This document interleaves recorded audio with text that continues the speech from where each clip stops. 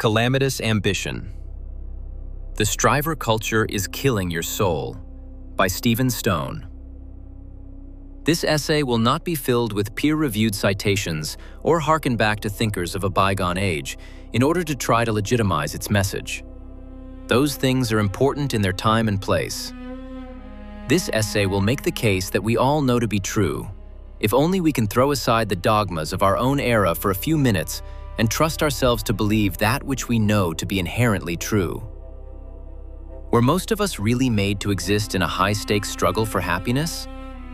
Happiness defined, apparently, as having sex and buying things we don't need. Happiness defined as climbing a corporate ladder or simply being financially secure, based on some metric most of us don't even bother to define. What are we trying to do? Not feel anxiety, depression, grief, or guilt? Is that the goal? Not to feel anything but elation all the time? Must we always have the dopamine valve open and flowing? Chasing retirement so we can finally what? So we can do what? Not work? I thought that work was one of the main things keeping us going. So we cease dealing with our children? What are we doing? Why aren't we defining it? Why are we not thinking about our lives critically and in broad terms, then making plans and taking actions? Where did this ambition come from? You ever met a content person? I have. I once had an HVAC technician in my home for a couple days. They were pulling out a big old furnace that burned both wood and natural gas and replacing it with a newer, higher efficiency gas-only model. There ended up being a lot of waiting around for parts to come or some other tech to do something. So this man had a lot of time to just sit around. He had a smartphone and a laptop, but most of the time he just sat there, thinking. Sure, he took calls or answered texts, but mostly he just sat or stood. I got to talking to him. I told him about my job and its frequent travel. He asked questions and considered my answers. He asked me why I did it. I gave the answer most of us would give: to make money, have a purpose, to advance. He was gently but firmly perturbed by this.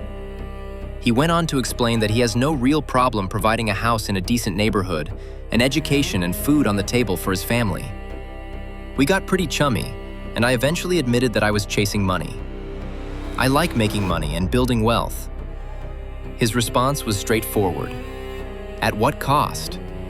Was what I was doing, for the reasons I was doing it, worth the stress and damage that it no doubt causes? He went on to explain that his life is much simpler. He earned a fair wage, was on the clock somewhere between 40 and 50 hours a week, and never misses anything important for his family. With the exception of the unavoidable bad day, he rarely thought about work when not there. This man was mostly content with his life. There was no striving to be had. He did not pine for career advancement.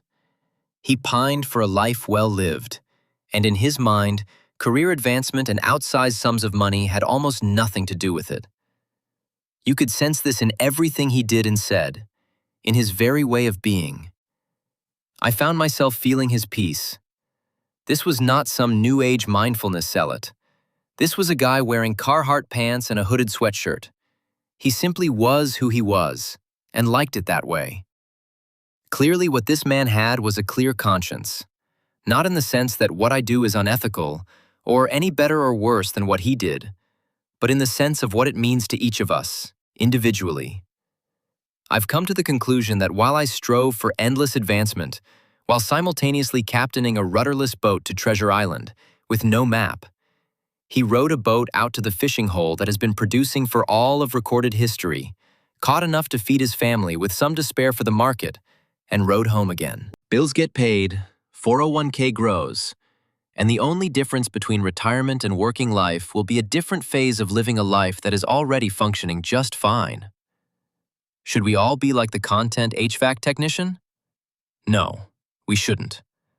Some of us are simply hardwired to climb, to dominate, to advance. But God has given us a price to pay for this. Many great men and women of the past have embraced this about themselves. Like an artist who is miserable if they don't paint, don't release the art that screams to get out. There are the people who have to build and grow something, who have to lead and make change. The problem is that almost no one is one of these people. I don't know what the number is, but these people likely constitute less than 5% of us. Yet, 80% of us strive to emulate them. People with average IQs and the temperament to do a complex job well now feel pressure to compete with those who have 150 IQs and the temperament to dominate their surroundings. This doesn't work. But we keep trying.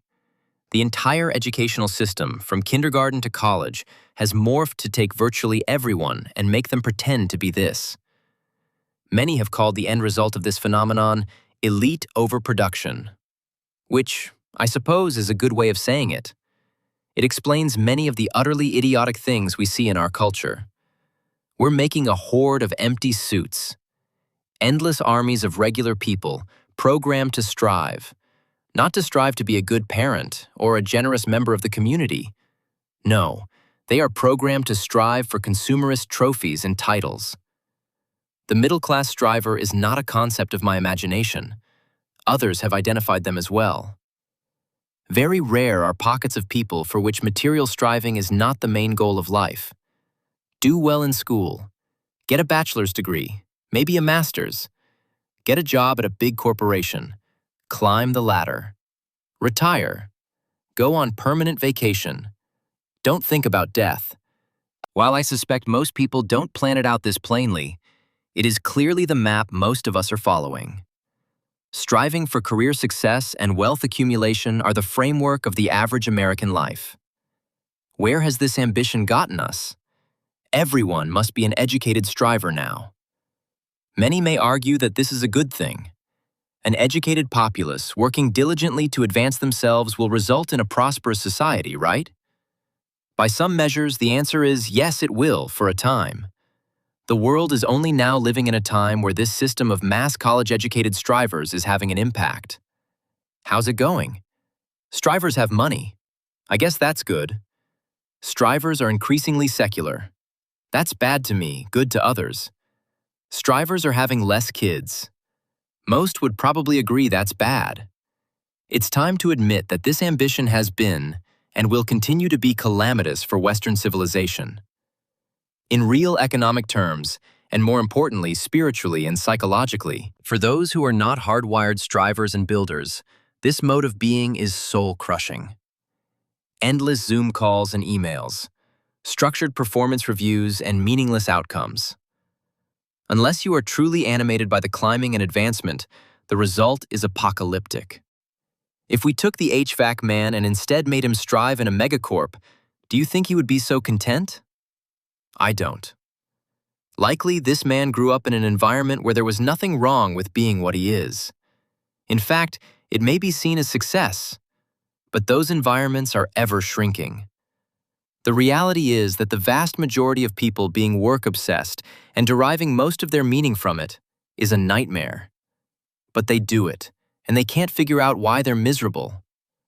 There is now a powerful cultural shame to not striving. People feel as if they're always operating below their station. I can recall, from my childhood, men in my community who were respected leaders, coaches, scout leaders, school board members, men everyone knew, trusted, and counted on, who drove a forklift for a living. Their status as a blue-collar laborer had virtually no bearing on their real status as a community pillar. I haven't met a guy like that in 20 years. They don't exist anymore. The guys that coach my kids' sports teams are project managers at Fortune 500 companies, and I don't trust them. At least, not in the way people did the forklift drivers. The ills of our society are too many to count. The reasons for those ills are equally numerous, but this is a large one. People are sick, physically, mentally, and spiritually. The social environment is a key component of that. Society continues to atomize, and the striver culture is an accelerant. There are no real policy prescriptions for this sickness. Convincing people that most folks are unhappy because they're operating above their station is a non-starter. But for the world we live in, there is a place where most, not all, of this striver garbage melts away. And that place is a church community. I was with a small group of parents from my church last night, and we touched on this subject while discussing Paul's letter to the Colossians. Part of what Paul wanted to impart was that these stations in life did not matter in the eyes of Christ. In these small, early churches, slave was equal to master, inside the walls. Of course, he covers life outside the church and how it should be handled. This is how we can think about combating the phenomenon I've attempted to cover here. Faith communities are a time-tested shelter from the increasing insanity of our world. The extra flesh of climbing a ladder to nowhere that makes you miserable falls right off the moment you enter the walls of a church community, where it doesn't matter.